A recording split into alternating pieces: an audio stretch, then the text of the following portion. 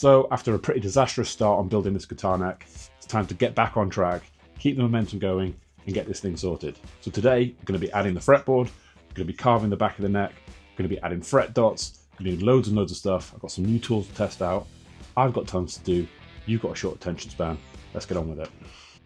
Now, when all is said and done, I want this neck to be about 25mm thick. So after some quick measuring, I know that I need to thin down the fretboard and get it down from about 10mm, which we're starting at, to about 5 or 6. So that's what we're going to do first. So as this is going to be pretty thin stock, I don't really want to run it through the thicknesser on its own.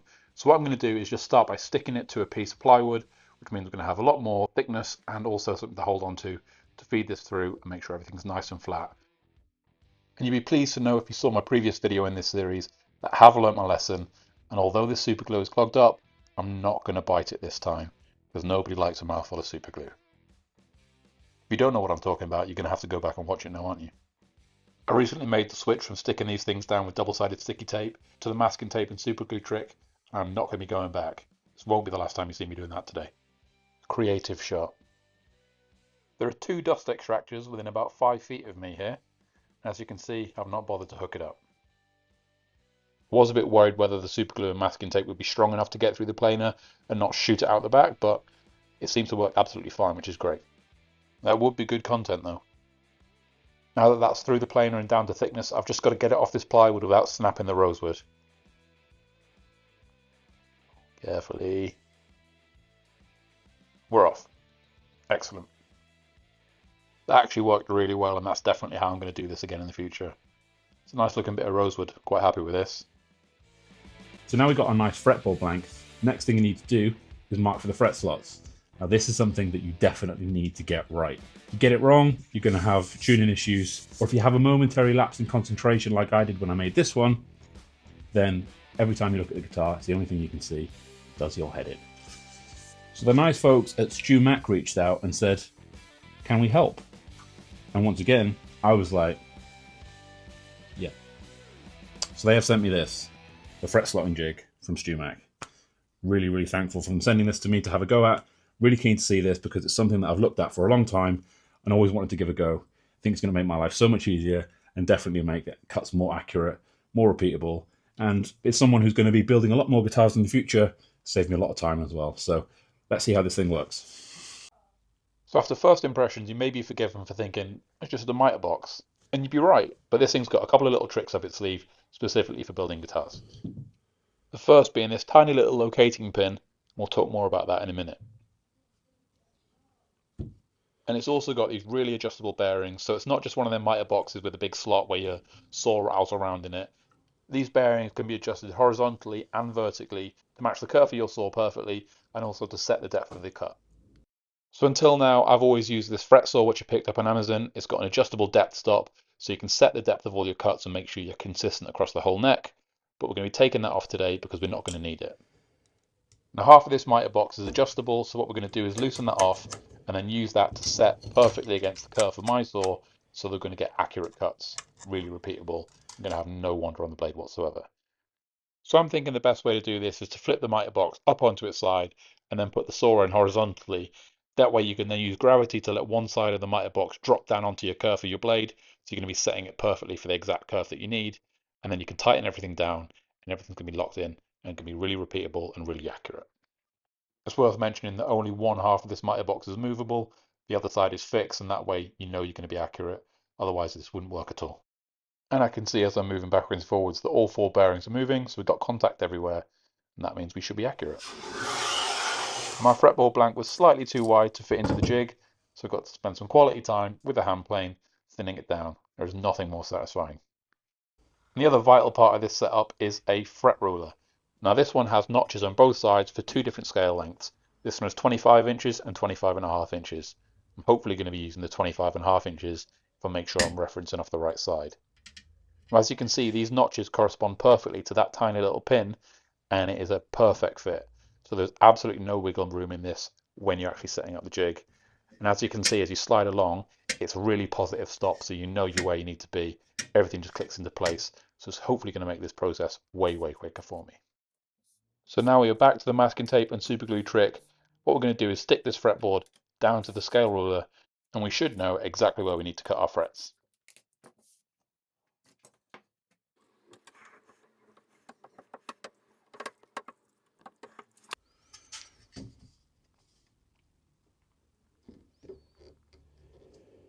I could really do with getting some super glue accelerator. Spend a lot of time doing this. Okay, here's the moment of truth. Wait for it. I think that click means that everything's in place. And after a quick wiggle test, you can see that everything is solid. There is no movement backwards and forwards. So what I thought I'd do is just see how long this takes me. I'm not trying to speed run this or rush through it. I'm just going to do it how I normally would, take my time, and then see what I end up with at the end of it. You'd be pleased to know that I have saved you from watching me do the whole thing in real time, because I thought nobody needs to see that. But you get the idea of how quickly you can move through and how idiot proof it is. Once you're all set up, there's very little thinking involved. You can just work your way through, zone out, and enjoy your time cutting some fret slots.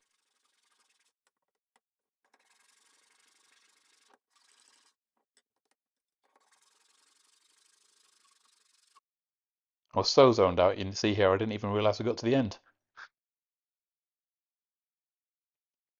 And there we have it, less than 6 minutes. And as I said, I'm not trying to rush this. I was still taking my time because it's one of those things you don't want to mess up. But as you can see, the result is really nice, crisp, solid lines all the way through. Consistent depth, perfect cuts. My hand's a bit tired, but for 6 minutes to slot a neck completely accurately, better than I could by hand, it's a good investment. Probably going to say in the comments, they're not cheap. No, they're not cheap. But if you're going to make one guitar, you could probably get away without it. But if you're going to make a few, and it's kind of a hobby for you, then it might be worth considering. We'll leave a link in the description below if you want to go check it out. So as we've gone for a spoke wheel truss rod in this neck, we actually just need to cut out a little notch in the back of the fretboard so that we can access the truss rod. I think this design looks way better. I really like just seeing it poke out there at the end of the neck. That's generally what I would normally do.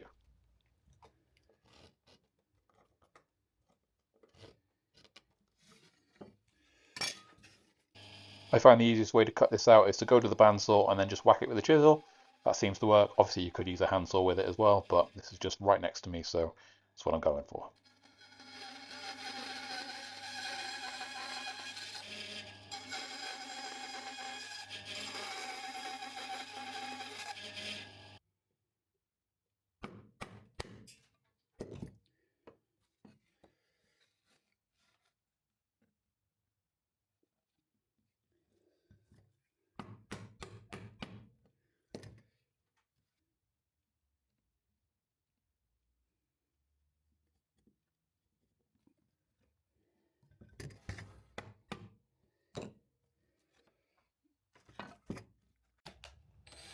So to glue the fretboard to the actual neck, I find the best way to do this is to use a toothpick as essentially a locating pin.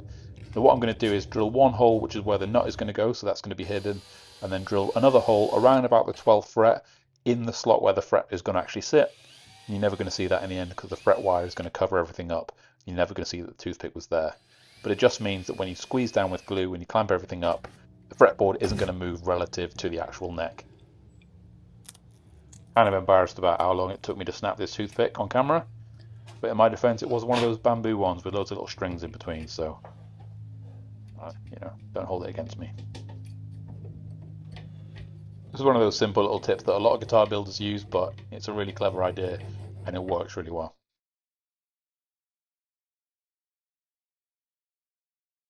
Now before I glue the fretboard to the neck, I'm just going to cover up the truss rod with a bit of masking tape because we don't want glue going into the truss rod and stopping it from doing its job. Now we've got that masked up, we can start applying glue. Now this is one of those areas where less is more. You obviously want enough that it's going to stick down and you've got full coverage, but you don't want absolutely loads because as soon as you remove this tape, then there is going to be the risk of squeeze out and you want to minimize that as much as you can. Some people leave the tape in, but I've got a pretty even coverage by the time I'm done. There's not loads of excess, so I do remove the tape. And as always, glue spreaders are optional. So when it's time to put the fretboard on, it's just a case of lining everything up with the truss rod slot and then finding those locating pins and then try not to panic as glue is involved, getting your clamps calmly and clamping everything up. I don't know, I still panic as soon as I'm doing glue ups. I'll never get over it.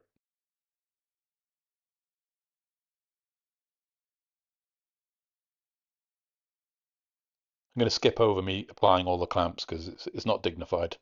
I do start to panic, so. Every now and again, I'm looking through the Fender Custom Shop order list, and you see those clay dot markers as an option. I had a look, and I can't really get them online, so I'm going to make my own using this stuff, essentially Fimo clay. Loads and loads of options available. I've gone for like a slightly off-white. I think it'll age quite nicely. The clay ones just, they get dirt in them, they get grub in them, and it just looks cooler. It just ages better. So that's what we're going to go for. So in order to make them, all I'm going to do is got a piece of aluminium here, which I've drilled some holes into. I'm going to take this, we're going to shove it into these holes, and we're going to whack it in the oven and get some clay dot markers made. So I picked up this aluminium plate. That's right, aluminium plate from Amazon, and I got it for a couple of quid. I got two sets of holes in it. I think the 6mm holes for the main dots, and I got 3mm holes for the side dots. Now this clay I bought a while ago, and the pack has been opened, so it is definitely tougher than it should be. So I spend a little bit of time trying to soften it up and loosen it, and then once it's nice and warm, then I can start shoving it in the holes. And I find that the best way to make a nice clean cut is to just use a chisel. Not really digging into the metal, so don't worry about me damaging my chisels, but it's the best way to get a nice clean finish. The other side generally just always works out fine because it's pressed up against the bench, and it's going to be sanded back anyway, so it's not got to be perfect.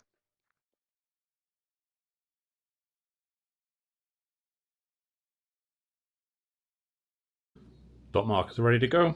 In the oven, 110 degrees, 220 degrees American, and you're putting them in for 30 minutes. And if you're the sort of person that enjoys popping bubble wrap, you probably find this quite therapeutic. You just go through, pop out all your dots, and as you can see, we've got a nice selection of dots. Made sure we've got some extras in there as well. And before we start putting anything in the fretboard, I always like to do a little test fit because I drilled these holes a while ago and I want to make sure that the drill bit that I'm using now to drill into the fretboard is a perfect match. We're not going to have any gaps. So I always make sure that I test it on a piece of scrap fretboard before we start touching the actual neck. As you can see, a little bit of glue, a little bit of sandpaper, and everything is looking really nice. And I just think that that looks far nicer than one of those plastic dots. And I've got no time for inlays, so it's a good compromise for me. So before I put the dots into the actual neck, I'm just going to trim everything down with a router to make sure everything's flush so that we know where the middle of the fretboard is.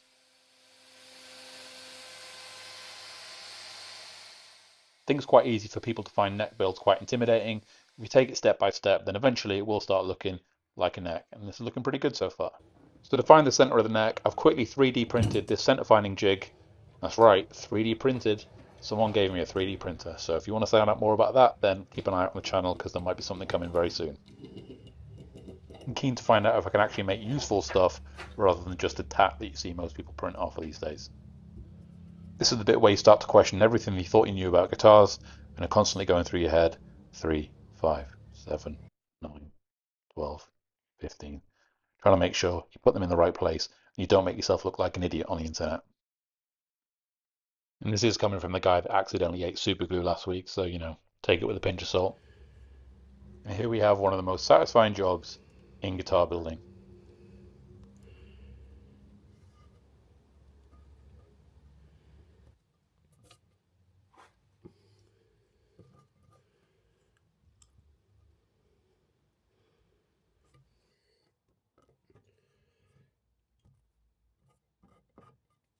Quickly followed by one of the worst jobs in guitar building, and that is sanding a radius onto the fretboard. If you didn't know, fretboards aren't flat and you want to have a radius in them, and that involves going backwards and forwards with this for about half an hour, flipping it round constantly, trying to make sure you've got an even coverage all the way over. I hate this part. So I'm not going to dedicate any time to it, and we're going to skip ahead to the actual fun part, which is carving the neck. Now for this is the first time I'm doing this on this new workbench. What I'm thinking is I'm going to use this scrap of MDF, stick the neck to it, and then chuck this up in my leg vise, and that should hopefully give me a little bit of clearance so I can get my rasp in and around and actually start carving the neck. In an ideal world, the neck would point out towards me, and that just gives you the most clearance on either side, and maybe one day I will actually come up with some sort of jig or contraption to do that. But until then, we're going to see if this works.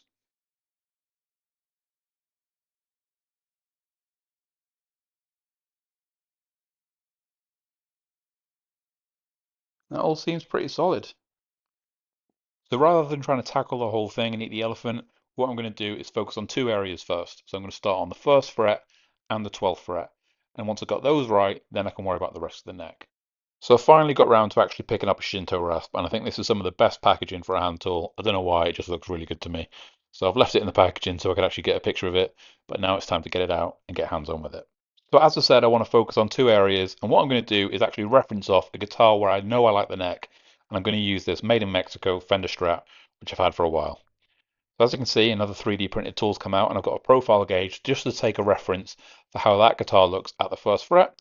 What I'm going to do is try and carve that profile into this neck at the 1st fret and just focus on getting that bit right. I did do a load of research working out how to make a jig where you have a router and elastic bands and different cams and gears to carve this out really quickly on a router, but I'm just not there yet. So I am going to keep going with a hand tool, and maybe one day I will upgrade and build a special jig to do this. Important thing with this is obviously to take your time, stop regularly, take lots of measurements, because if you go too far, you've messed up, and you've got quite a lot of work in this neck by this point, so you don't want to mess it up and go too far. So once I've got the 1st fret how I want it to look, then I'm going to go back and then take a new measurement at the 12th fret. And what you'll see is that the 12th fret has got a much shallower profile, so it's much rounder towards the headstock and much flatter towards the actual bridge of the guitar. So I want to make sure that I get that right. And as you can see, we've got our two notches, which are the profiles that we want to actually have in the end. And then all I need to focus on now is joining them up and removing the material in the middle, just going by feel now. So it's a really easy way to do it. It breaks the job down into small, manageable chunks, and you can just take your time and make sure that you get everything how you want it to look.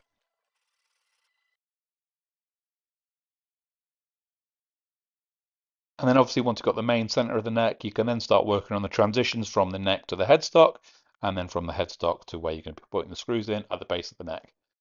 Now this Shinto rasp is great at removing material, but it does leave a very rough surface, and that can make it quite difficult to understand exactly what the shape and the profile is doing, because you really need to do it by feel rather than by looking at it with your eyes.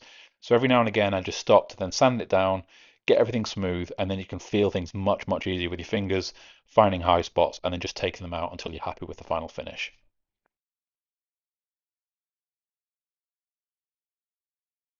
Once again, masking tape for the win. That's held everything rock solid as I've carved that out, but it's really super easy to remove when you need it to.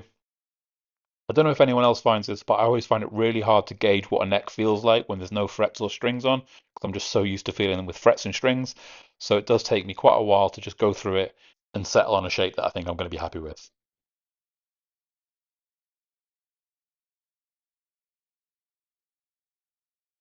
And as you can see, it's a very scientific process.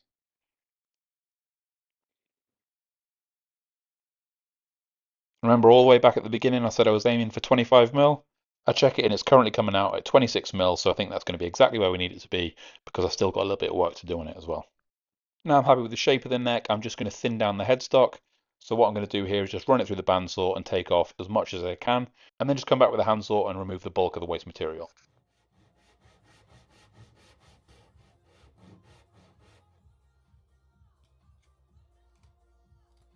Not the prettiest job, but it's all part of the process. And now I can go out and try out another new tool, courtesy of the nice guys at StewMac. So this is the Luthier's Friend sanding station, which essentially allows you to convert your drill press into a spindle sander, a thickness sander, and a template sander. Now, I've been looking at getting a spindle sander for quite a while, but I just don't have the space. So when I saw this, I thought this could be a really good solution for a small shop where you just don't have the space for dedicated tools to be absolutely everywhere. So this platform connects to your drill press, and as you can see, you've got a removable dust extraction port, comes with 4 different drum sanders, and has this movable fence, which is perfect for thickness sanding on small pieces. So for luthiers, this is things like headstocks, but also if you're building acoustic guitars, you could use it to put bridges through and make sure that you get them down to perfect thickness. It's really simple. You literally turn on your pillar drill, set the depth that you want with the fence. I've set this to about 1 mil less than the current stock, and then you just slowly feed your work through, and it's going to sand this down perfectly. One thing that I find really interesting about this is that the fence has an actual spring on it, so that means if you force the piece through slightly too hard, rather than damaging your drill press, the fence will move out the way slightly, but it's going to apply that pressure back via the spring, so that when you're feeding the stock backwards and forwards, it's going to be a consistent finish by the time that you're done. So it works really well, it's really idiot proof, and it just protects your work, it protects the drill press, and it protects the sanding station. And as you can see here, in just this one operation, we've managed to thickness down to the nice 14 mil, And we've also put a really nice transition in from the rosewood fretboard to the neck with that perfect curve all through the Luthiers frame sanding station. Look at that. I'm happy with that. That was easy. I think for small workshops, something like this is great because you haven't got to have another dedicated tool sat around collecting dust most of the time, but it does give a really nice finish. Tell you what, if you have the right tools, it makes such a difference. It makes life so much easier. So that's a big success for both the Mitre Box and the Luthier's Friend. Make your life so much easier, and I'm really glad I've got them. Next thing on my list is definitely a jig to radius the fretboard, because that sanding is boring and I need to think out a better way to do that. So I know you can make things on a router, so maybe that's something that I'll be doing in the future. But the guitar is starting to come together, so still a bit dull on top. I'm putting off sanding the nice shiny finish so you can see the fabric top through there. And as you can see, I've got a nice fretboard and our reverse headstock. So it is coming together. Next video, I'll probably be thinking about all the hardware on here. So if you want to see how it turns out, then please do like and subscribe, and I'll see you in the next one. Cheers.